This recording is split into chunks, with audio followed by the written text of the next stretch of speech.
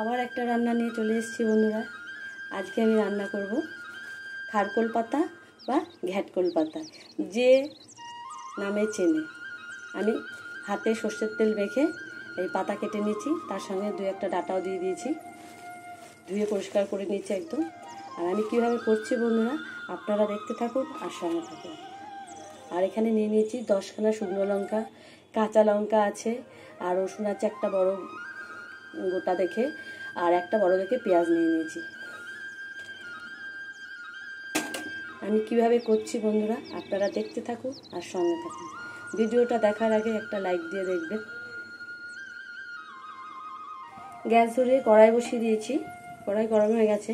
প্রথমে আমি কালো জিরাটা ভেজে নেব শুকনো খোলায়।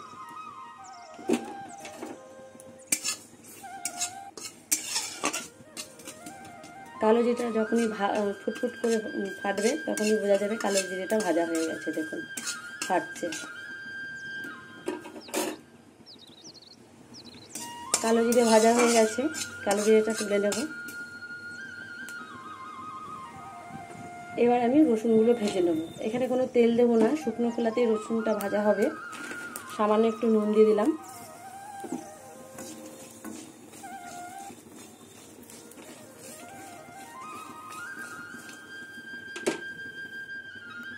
রসুন ভাজা হয়ে গেছে, এবার রসুনগুলোকে তুলে নেব।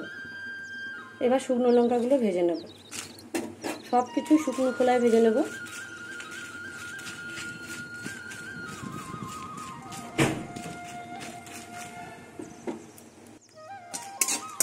লঙ্কাগুলো ভাজা হয়ে গেছে, এবার তুলে নেব। এবার কড়াইতে সামান্য তেল দেবো, বেশি তেল দেবো না এখন। এই তেলের মধ্যে পেঁয়াজটা একটু ভেজে নেব। নমস্কার বন্ধুরা, সবাই কেমন আছেন? আশা করবো সবাই ভালো আছেন, আমিও ভালো আছি। যে যেখান থেকে আমার ভিডিওটা দেখছেন সবাইকে অসংখ্য ধন্যবাদ। সবাই ভালো থাকবেন, সুস্থ থাকবেন।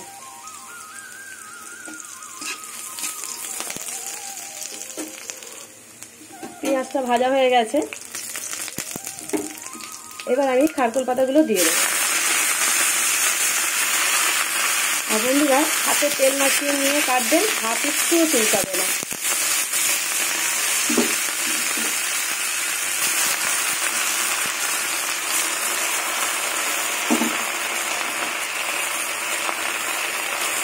পরিমাণ মতো নুন দিয়ে দেবো।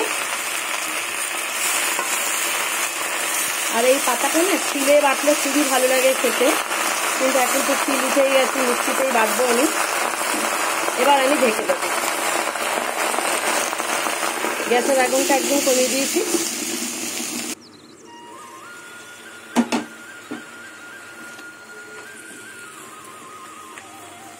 এটা সেদ্ধও হবে আর একটু ভাজা ভাজা হয়ে যাবে, তারপরে ঠান্ডা করে মিক্সিতে বেটে যাবে। আর এই পাতা দিয়ে এই পাতা বেটে গরম গরম ভাতে যারা খায় তারাই বলতে পারবে, আর যারা এখনো খায়নি আমার ভিডিওটা দেখে আপনারা বাড়িতে বানিয়ে একবার খেয়ে দেখবেন, খুবই ভালো লাগবে। খালি একটু ঝালটা বেশি দেবেন, ব্যাস।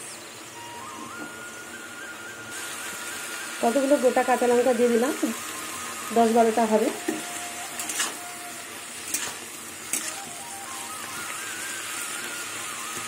হলুদ দেবো না এর মধ্যে আমি। খারকোল পাতা হয়ে গেছে, এটা আমি অর্ধেক ভেজে নিলাম মিক্সিতে বেটে, তারপরে আবার তেল দিয়ে কষিয়ে নিতে হবে। এবার আমি তুলে নেবো আর ঠান্ডা করতে দেবো। মিক্সি বাটির মধ্যে শুকনো লঙ্কা, রসুন আর কালো জিরে দিয়ে দেবো। এর মধ্যে এবার পাতা দিয়ে দেবো। একবারে তো বাটা যাবে না, সব অল্প করে দিয়ে বেটে নেবো। এবার আমি মিক্সিতে বেটে নেবো। দেখুন বন্ধুরা একদম মিহি করে বেটে নিয়েছি।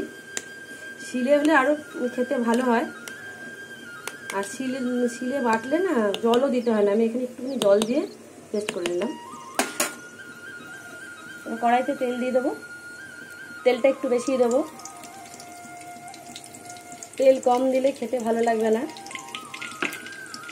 তেল গরম হয়ে গেছে, এবার আমি খারকোল পাতা বাটাটা দিয়ে দেবো।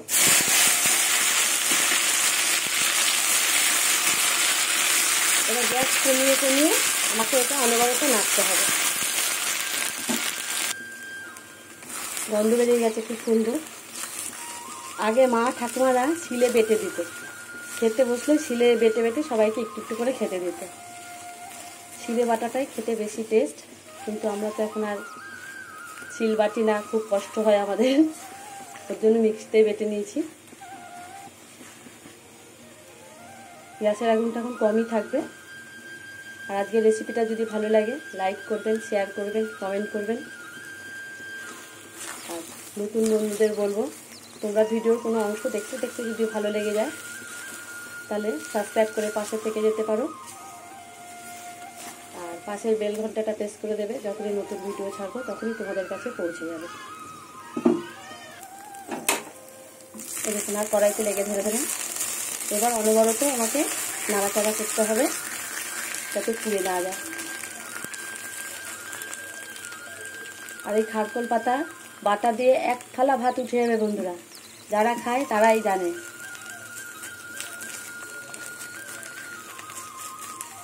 এখনো বাকি আছে, আরো হবে, একদম শুকিয়ে কালো হয়ে যাবে।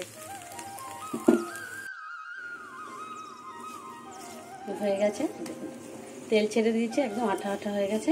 এবার আমি নামিয়ে নেব।